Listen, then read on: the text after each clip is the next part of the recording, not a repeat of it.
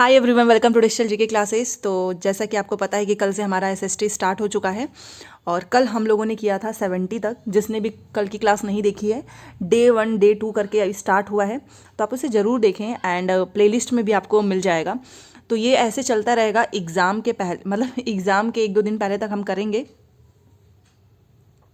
And जो भी आपको डाउट्स होगा ना, आप मुझे कमेंट सेक्शन में ज़रूर बताइएगा। पहली बार आए हैं तो चैनल को सब्सक्राइब करके प्लीज़ वीडियो को लाइक कर दीजिएगा। आप सब बहुत ज़्यादा सपोर्ट करते हो, ऐसी ही क्लासेस आएगी, don't worry. And one liner के लिए आपको बिल्कुल परेशान नहीं होना है। जनवरी के ही फर्स्ट वीक में आपको वन लाइनर भी मिल जाएंगे, या फिर धीरे धीरे मैं सोच रही हूँ कि उसकी भी एक क्लासेज ऐड ऑन करती जाऊँ, तो आप मुझे बताना। चलो ये करते हैं, क्योंकि ये वाला जो क्वेश्चन पेपर है ना, ये प्रीवियस ईयर क्वेश्चंस कर रहे हैं। दिसंबर में हुआ था ये पेपर ऑफलाइन में, और अभी भी पेपर आपका ऑफलाइन हो रहा है। ऐसे ही आपको दिखेगा, इस साइड इंग्लिश, हिंदी सबसे बेस्ट होता है, क्योंकि ऑनलाइन में आपको बार बार चेंज करना पड़ता है। यहाँ पे आपके सामने रहेगा, तो आप दोनों में से देख के आराम से एलिमिनेट कर सकते हो। मान लो कुछ हमको हिंदी में नहीं समझ में आता है तो हम इंग्लिश में देख लेते हैं, तो सेम इसी तरीके से डिक्टो पेपर आएगा।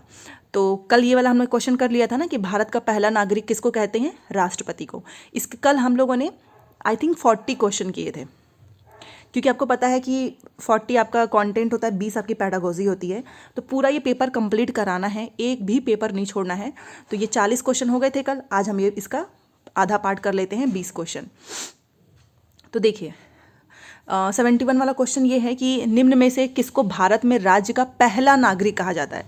देखो इन दोनों क्वेश्चन में डिफरेंस है। इसमें पूछा है भारत का पहला नागरिक, तो जब भी भारत का पूछेगा ना तो वो राष्ट्रपति होगा, लेकिन जब राज्य का पूछेगा ना तो वो क्वेश्चन में राष्ट्रपति मत कर देना। अगर जब भी पूछेगा कि भारत में राज्य का, तो राज्य से याद रख लो, राज्य का नागरिक, पहला नागरिक हो जाएगा राज्यपाल, द गवर्नर। ठीक है, तो तीसरा।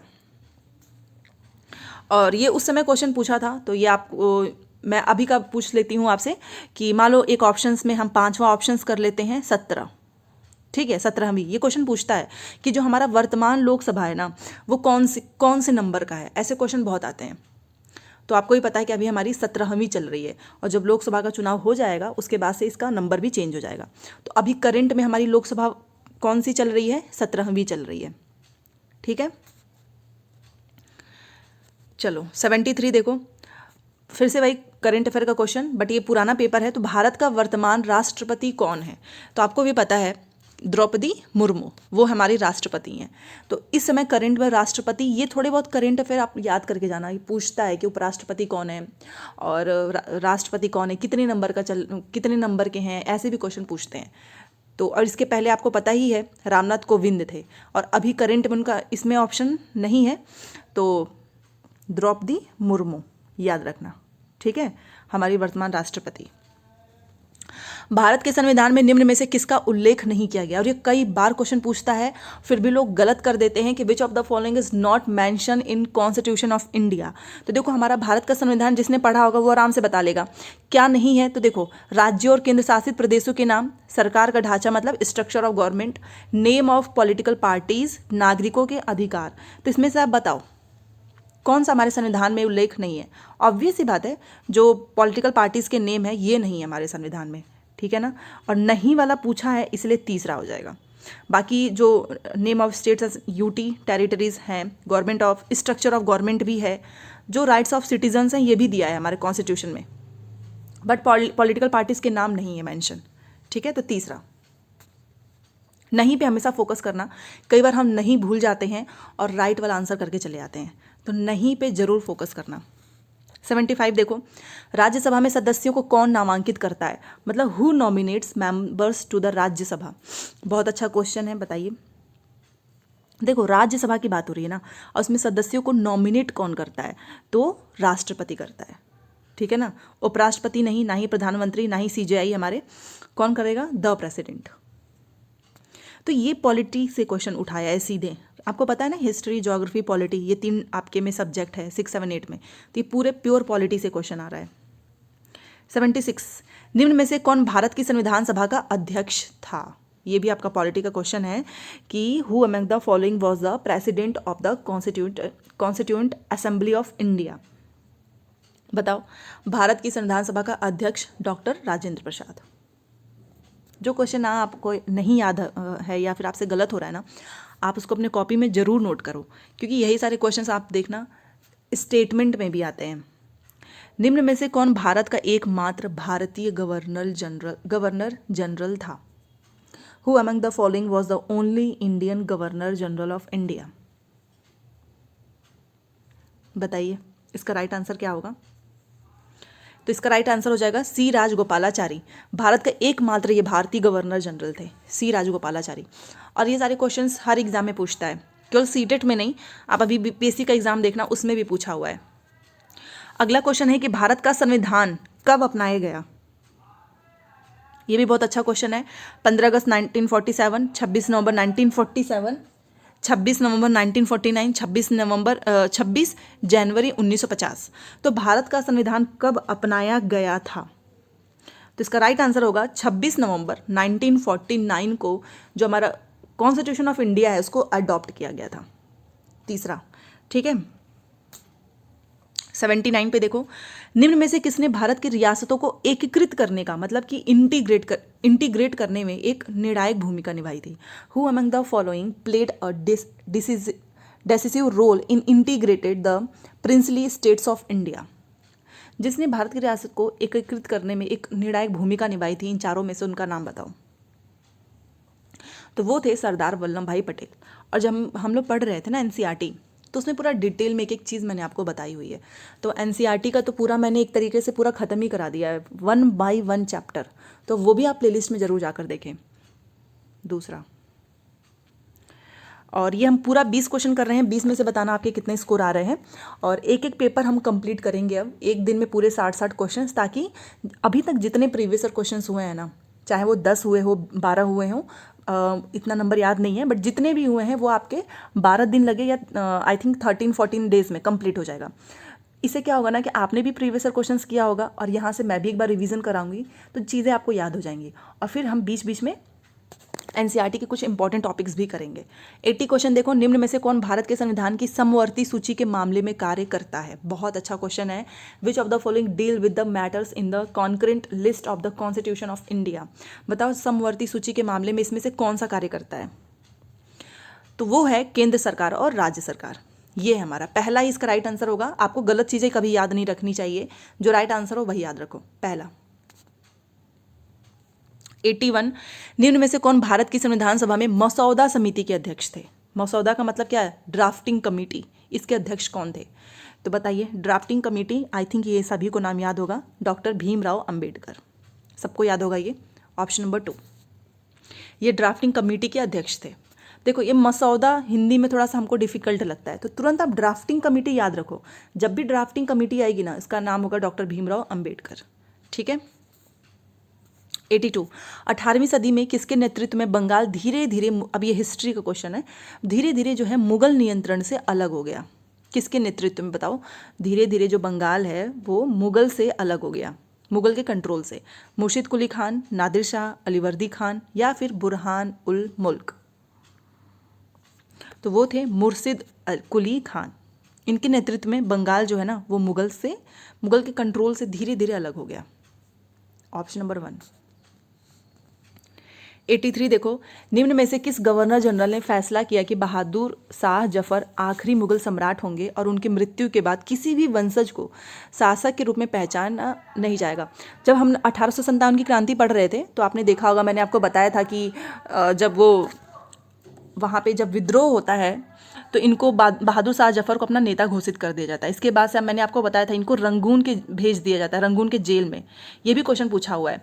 इनके बेटे को इन्हीं के सामने जो है मार दिया जाता है ब्रिटिश के द्वारा। तो ये क्वेश्चन पूछा था कि किस गवर्नर जनरल ने ऐसा फैसला लिया कि बहादुर शाह जफर जो है वो मुगल सम्राट मतलब आखिरी होंगे और उनके किसी भी वंशज को शासक के रूप में नहीं पहचाना जाएगा? तो ये भी अच्छा क्वेश्चन है, सारे लोग आंसर जरूर करें। तो वो है लॉर्ड कैनिंग। ठीक है, तो इसका तीसरा हो जाएगा लॉर्ड कैनिंग 83 का। ये सारा हमने एक एक लाइन पढ़ा हुआ है। किस गवर्नर जनरल ने घोषित किया कि अवध पर गलत तरीके से शासन किया जा रहा था और उचित प्रशासन सुनिश्चित करने के लिए ब्रिटिश शासन की आवश्यकता थी? जिसने क्लास देखा होगा वहाँ पे मैंने पूरा डिटेल में बताया था कि इनको क्या करना था ना, कब्जा तो करना ही था। तो इसने क्या किया, और इसका नाम भी आपको मैं बता देती हूँ, डलहौजी। इसने क्या किया ना कि एक रीज़न दे दिया झूठ मूठ का कि बंगाल जो है मतलब जो अवध है उस पर गलत तरीके से शासन किया जा रहा है और इस पर हम लोग अच्छे से करने के लिए इसको ब्रिटिश शासन की आवश्यकता थी। बट मैटर कुछ और था, इनको क्या करना था, कब्जा करना था। मैंने बताया था लॉर्ड जो है डलहौजी ही था जिसने ये घोषित किया था। तो तीसरा हो जाएगा।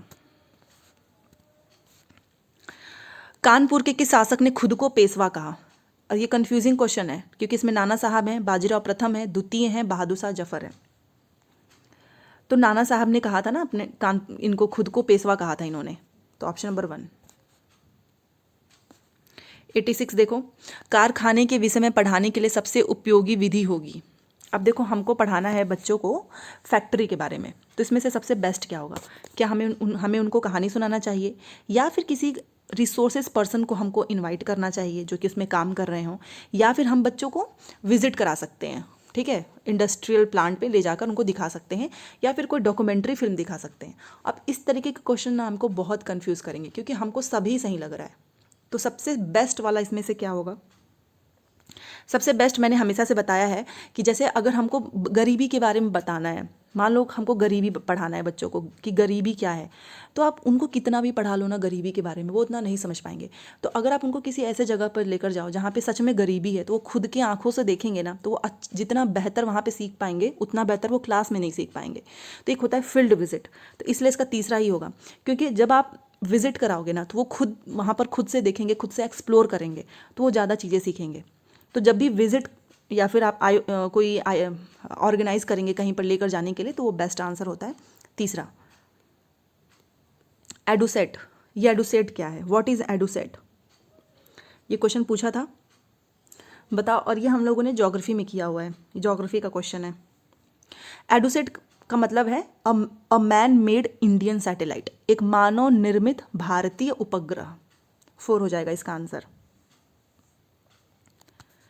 चलिए 88, पंचवाणी और बीजक में निम्नलिखित में से किस महान हस्ती के छंद और विचारों को संरक्षित किया गया है?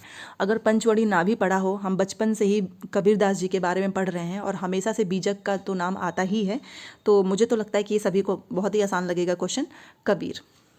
ठीक है, बीजक अगर पंचवाड़ी नहीं याद आ रहा है ना, तो कुछ ना कुछ इनके आपको ना याद रखने पड़ेंगे जो इनकी छंद थे। इससे क्या होगा कि आप रिलेट कर पाओगे। तो पंचवाड़ी और बीजक, आपको पंचवाड़ी नहीं पता है, कुछ लोगों को बीजक पता होगा, तो इस तरीके से आप अपना आंसर निकाल सकते हो। 89, एलोरा की गुफा का भित्ति चित्र जिसमें विष्णु को नरसिंह अर्थात पुरुष सिंह के रूप में दिखाया गया है, तो ये किस काल की कृति है? बताइए, गुर्जर का है या राष्ट्रकूट का है या फिर चालुक्य या फिर गुप्त काल? तो ये था राष्ट्रकूट काल। और ये क्वेश्चन पूछता है, कई बार पूछा हुआ है, इवन ये सुपर टेट में क्वेश्चन पूछा हुआ था कि एलोरा की गुफा का जो भित्ति चित्र है उसमें विष्णु जी को नरसिंह के रूप में दिखाया गया है, तो ये किस काल का है? राष्ट्रकूट काल। और ये हमारा 90 क्वेश्चन है। क्लास में हमने केवल 20 क्वेश्चन किए हैं, इसलिए क्लास छोटी है, क्योंकि मुझे कराना है एकदम कंप्लीट। हम लोगों ने डे 1 स्टार्ट किया था कल, तो कल डे 1 में 40 कराया था मैंने, और आज हो गए 20। तो मतलब आपने दिसंबर वाला जो क्वेश्चन पेपर है ना 2018 वाला, वो कंप्लीट कर लिया है। तो प्लीज़ लाइक शेयर सब्सक्राइब जरूर कीजिएगा। 90 क्वेश्चन है। निम्न में से कौन सा संगठन उपनिषद में आस्था रखता है? बताओ। तो वो है रामकृष्ण मिशन। ठीक है, रामकृष्ण मिशन जो है वो उपनिषद में आस्था रखता है। तो फाइनली ये हमारे सारे क्वेश्चंस कंप्लीट हो गए। एंड अगर आपको लगता है कि आपको और भी कोई दूसरा कंटेंट चाहिए तो प्लीज़ मुझे बताना। एंड मैं ट्राई करती हूँ कि आज रात तक आपको, अगर कोशिश करूँगी कि आपको रात तक कोई पैसेज वाली ट्रिक जो है वो बता दूँ और एक पैसेज भी सॉल्व कराऊँ हिंदी इंग्लिश का, नहीं तो मॉर्निंग में तो ज़रूर आएगा। तो इस तरीके से आपको हर दिन क्लासेस करनी है, एनालिसिस करना है, और ये एक तरीके से आपका रिवीजन ही है। जो भी आपने कंटेंट पढ़ा है ना उसका ये फुल रिवीजन हो रहा है। तो मुझे नहीं लगता है कि इतना अगर आप पढ़ के जाओगे तो आपको नहीं आएंगे, बहुत अच्छे मार्क्स आएंगे आपके। 55+ तो आएगा ही आएगा जिसने NCERT अच्छे से पढ़ी है और जिसने PYQ किया है। तो आई होप आपको सारी चीज़ें समझ में आई होंगी। स्कोर बताना 20 में से कितना आया है। और टेलीग्राम का लिंक मैंने कमेंट सेक्शन में दिया हुआ है, वहाँ पे सारी PDF आपको मिल जाएंगी NCERT की। मिलते हैं नेक्स्ट क्लास में। Thanks for watching.